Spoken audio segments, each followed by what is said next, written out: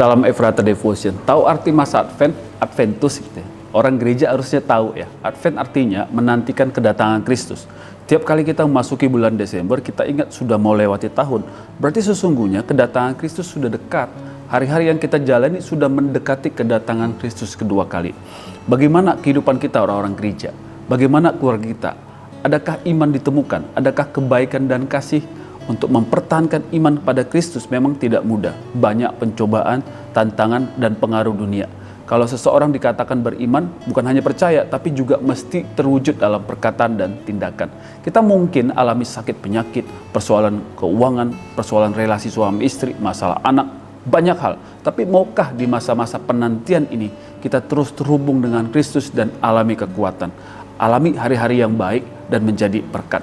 Alkitab katakan dalam 1 Petrus 3, 10-11, siapa yang mau mencintai hidup dan mau melihat hari-hari baik, ia harus menjaga lidahnya terhadap yang jahat dan bibirnya terhadap ucapan-ucapan yang menipu.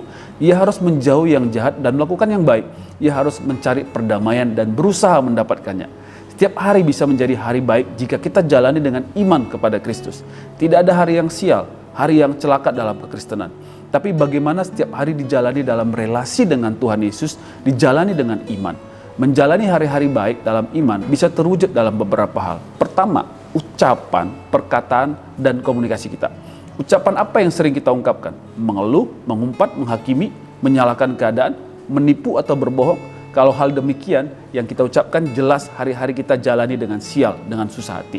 Tapi kalau memilih untuk mengucap syukur, memperkatakan berkat dan hal-hal baik, memperkatakan janji Tuhan, maka kita akan alami hari-hari baik setiap hari. Sekalipun keadaan kita sedang sakit, sedang susah, sedang sulit, tetapi perkataan jangan negatif, tetapi optimis dan positif. Pujilah Tuhan dengan ucapan perkataan, akuilah Dia dalam segala hal, maka Tuhan akan meluruskan jalan kita. Kedua, iman dapat terwujud dalam perbuatan baik kita. Hari-hari kita dalam masa penantian kedatangan Kristus akan sangat baik jika kita berbuat baik. Galatia 6 ayat 7 katakan, jangan sesat, Allah tidak membiarkan dirinya dipermainkan. Karena apa yang ditabur orang, itu juga yang akan dituainya. Kalau kita menabur kebaikan, maka kita akan menuai kebaikan. Kalau kita sering marah-marah, mengeluh, maka kita akan menuai kebencian dan penolakan. Kalau kita memuji pasangan misalnya, mengapresiasi anak-anak, mengapresiasi anggota organisasi, maka kita akan menuai sukacita dan semangat dari mereka. Yang tidak kalah penting, kita harus mengupayakan perdamaian. Jangan tabur sakit hati, kecewa. Nanti justru itu bertumbuh dalam diri kita dan akhirnya berbuah konflik dan sulit untuk dipulihkan. Kalau mau jalani hari-hari baik, berbuatlah kebaikan, taburlah kebaikan, dan kejarlah kasih dan perdamaian. Ingat kedatangan Yesus Kristus, ingatlah untuk mengucapkan hal baik dan berbuat baik. Mari kita berdoa. Bapa, kami tahu di masa-masa penantian ini, kami menyadari Tuhan semakin dekat untuk datang kedua kali. Dan kami rindu jalani hari-hari kami dengan penuh iman kepada Yesus. Bahkan di dalam hari-hari yang kami jalani, kami rindu kami bisa melihat hal-hal yang baik, melihat hari-hari baik kami alami.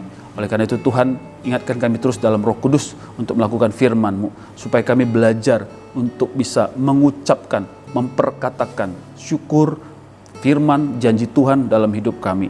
Memperkatakan hal-hal yang baik. Dan kami juga mau melakukan kebaikan. Kami mau menabur kebaikan, sehingga kami akan menuai kebaikan. Itu yang kami mau jalani bersama-sama dengan Tuhan dan juga keluarga kami dalam setiap hari kami menjalani. Kiranya kami dapatkan hari-hari yang baik. Dalam nama Yesus kami telah berdoa. Amin.